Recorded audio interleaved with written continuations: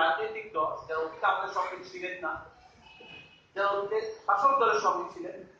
এমন দলও তারা সিদ্ধান্ত গ্রহণ করে পত্র দিয়ে যোগাযোগ স্থাপন করছে এবং উৎসাহ প্রকাশ করছেন যে এই অভিযানে তারাও স্বাধীন হতে চান। আমরা তাদের সবাইকে স্বাগত জানাই। সবাইকে তো আর নিয়ে একসঙ্গে জোটবদ্ধ করে এত কম সময়ের মধ্যে এবং আলোচনার মধ্য দিয়ে আসন সমঝোতা করে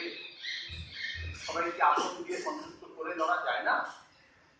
এই জন্য আমরা সবাইকে বলছি যে নিজের মতো করে লড়াইটা লড়বেন, অসুবিধা নেই। উদ্দেশ্যটা একটাই, রাজ্যটাকে বাঁচাতে হবে, রাজ্যের মানুষের ঐক্যটাকে বাঁচাতে হবে এবং সেই ঐক্যবদ্ধ শান্তিপূর্ণ গণতান্ত্রিক পরিবেশে রাজ্যে যাওয়ার উন্নয়নের যে ট্র্যাক তাকে ফেরত নিয়ে আসতে হবে এবং মানুষের বিভিন্ন অংশের বিভিন্ন ভাষা, জাতি, ধর্ম, জাতি, সম্প্রদায়, অঞ্চলের মানুষ তাদেরকে এই নতুন উদ্যমে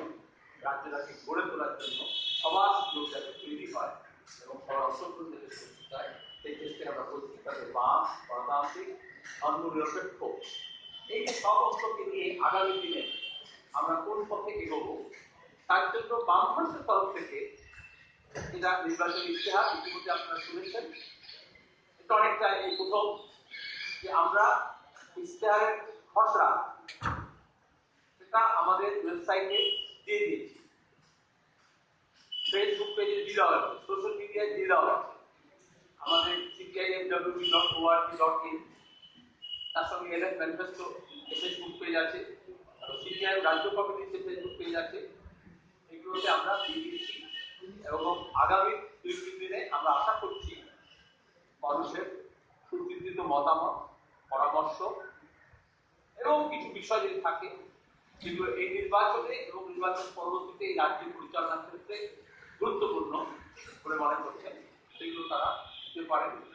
আপনার মাধ্যমে জানানো সেগুলোকে আমরা যথাসাধ্য ইনকর্পোরেট করার চেষ্টা করব, যদিও সেটা খুব একটা বিস্তারিত হবে না, কিন্তু রূপরেখাটা সেটা মানুষের কাছে রাখা হবে।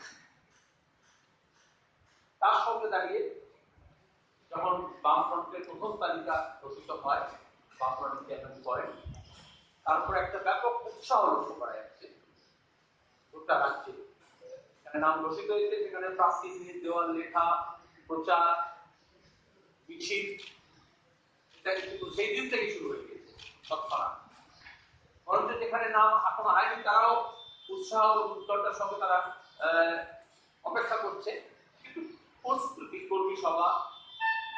বুথ ভিত্তিক বৈঠক সেগুলো চলছে। এর মধ্যে দাঁড়িয়ে রাজ্যে একটা এখনো তৃণমূল মুক্ত হয়নি রাজ্য, কিন্তু তৃণমূল আর তাদের কয়েকজনের মুখশ্রী লাগিয়ে ব্যাপক সরকারি পয়সায়, পুরসভার পয়সায় যে বোর্ডিং স্কুল গোটা রাজ্য জুড়ে এবং কলকাতা শহরে বিভিন্ন প্রতিষ্ঠানে সরকারি সম্পত্তিতে যেভাবে গত 4-4.5 বছর ধরে লাগাতার ভাবে দৃশ্য দূষণ করছিল, তার থেকে কিছুটা মানুষ মুক্তি পেয়েছে। এখনো কিছু জায়গায় আমরা দেখছি সেগুলো তারা নামাননি।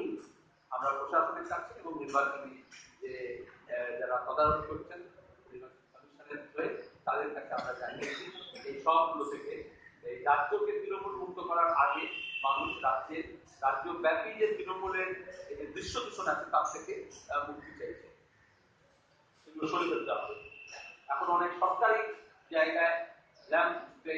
রেলিং এ, দেওয়ালে ওসব নিয়ম অনুযায়ী থাকার কথা নয়, এই রাজ্যে তো তৃণমূল কোনো নিয়মই মানে না এবং প্রশাসনের কাছে আমরা বলেছি ইতিমধ্যে বেশ কয়েকটি জায়গায় দেওয়াল লেখা নিয়ে প্রচারের প্রাথমিক পর্বে কিছু আক্রমণ,